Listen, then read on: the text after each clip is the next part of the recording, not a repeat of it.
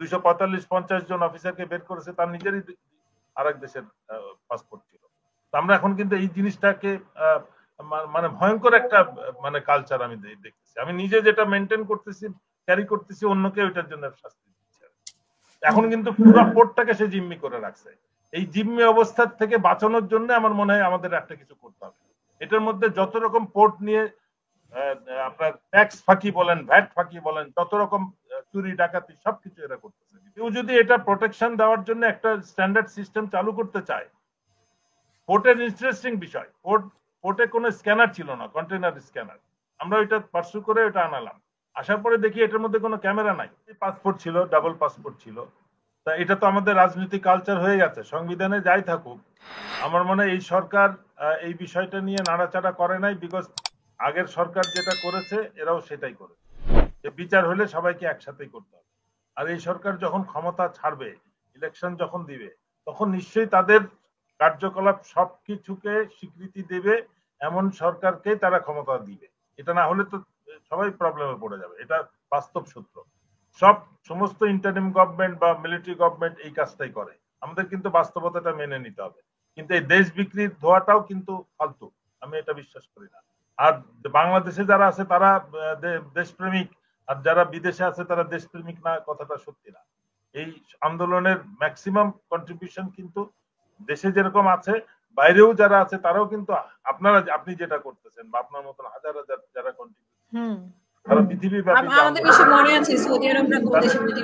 আপনি পাসপোর্ট নিতে বাধ্য হয়েছে, ইলিয়াস পাসপোর্ট নিতে বাধ্য হয়েছে, কনক সরকার নিতে বাধ্য হয়েছে, তাই জন্য কি সে এখন দেশে আসতে পারবে না, দেশে কোনো দায়িত্ব পালন করতে পারবে না? আমি এটার সাথে দ্বিমত পোষণ করি। যেহেতু এই আইনটা আছে কিন্তু এটা ইউজ হয় নাই কখনো, বাট কাউকে শাস্তি দেওয়ার প্রয়োজন হলে তখন আবার এটা ইউজ করা হয়েছে। যমককে বের করতে হবে, তাকে বলা হলো তার আর্মিতে এরকম প্রায় 200-250 অফিসারকে বের করে দিয়েছে জেনারেল আজিজ।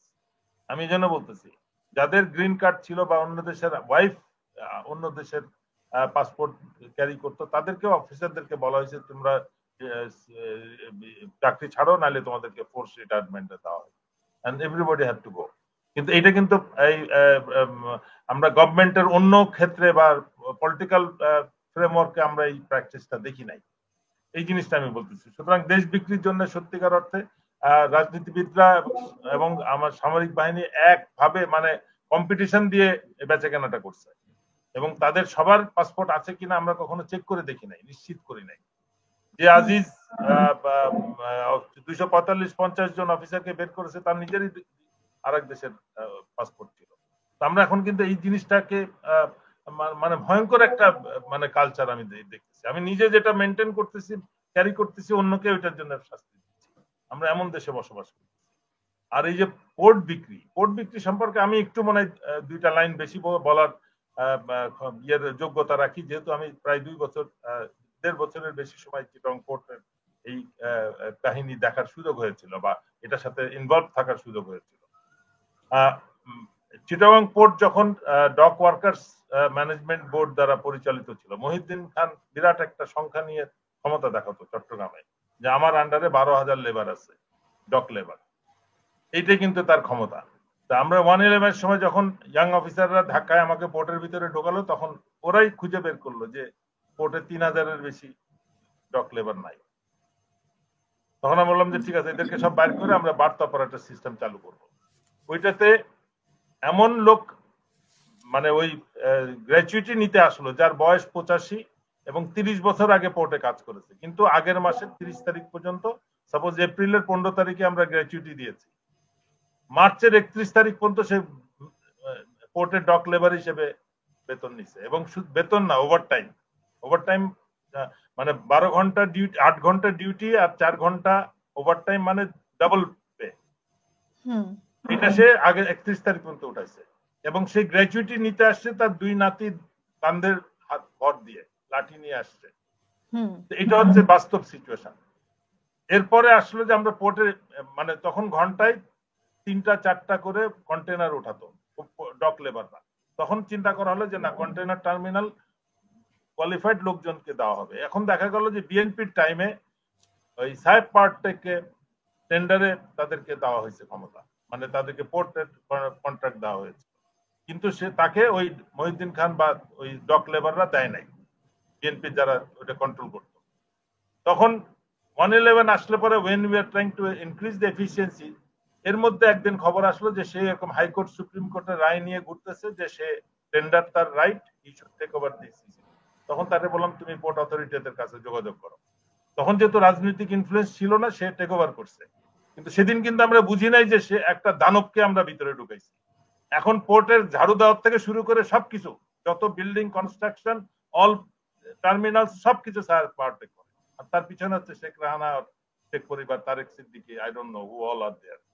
এখন কিন্তু পুরো পোর্টটাকে সে জিম্মি করে রাখছে। এই জিম্মি অবস্থার থেকে বাঁচানোর জন্য আমার মনে হয় আমাদের একটা কিছু করতে হবে। এটার মধ্যে যত রকম পোর্ট নিয়ে আপনার ট্যাক্স ফাঁকি বলেন, ভ্যাট ফাঁকি বলেন, যত রকম চুরি ডাকাতি সবকিছু এরা করতেছে। কিন্তু বাইরের যদি কোনো একটা স্ট্যান্ডার্ড, আমাকে অনেকে প্রশ্ন করতেছে যে বিদেশি কোম্পানি আসলে আমাদের পাশে নেবি, নষ্ট হয়ে যাবে, হ্যান হবে ত্যান হবে। আমি বললাম যে আমরা শুধু হিসাব করি যে সাহেব পাওয়ারটেক গত 16 বছরে কত হাজার কোটি টাকা এই পোর্টের থেকে কারচুপি করছে, ওইটার হিসাব কেউ নিচ্ছে না। ওইটার বিচার শুরু হলে কিন্তু বোঝা যেত যে দুবাই পোর্ট ওয়ার্ল্ড আসুক আর যেই আসুক, তারা কি লাভ অত টাকা নিতে পারবে 5 বছর 10 বছর যদি থাকে?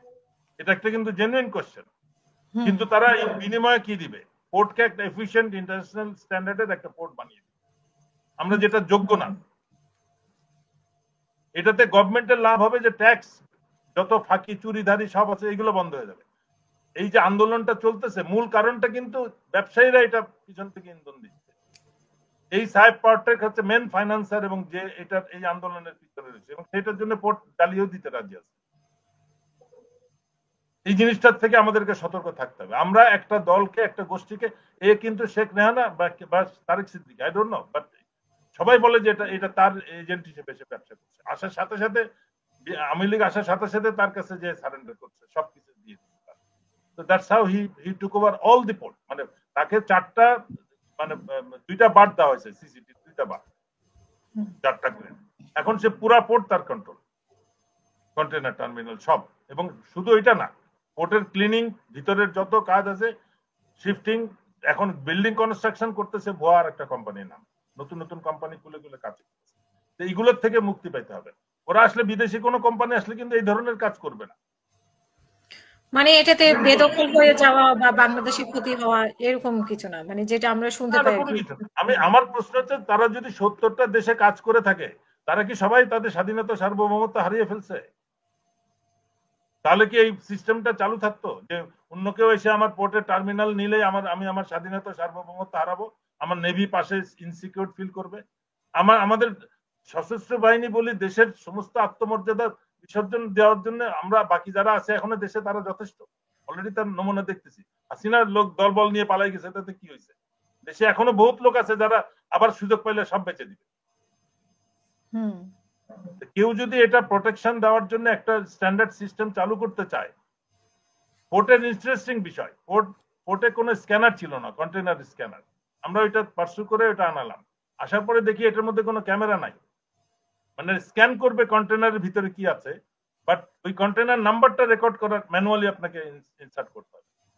অন্ধ একটা মানে ক্যামেরাম্যান বসানো, এটা সে জানে না।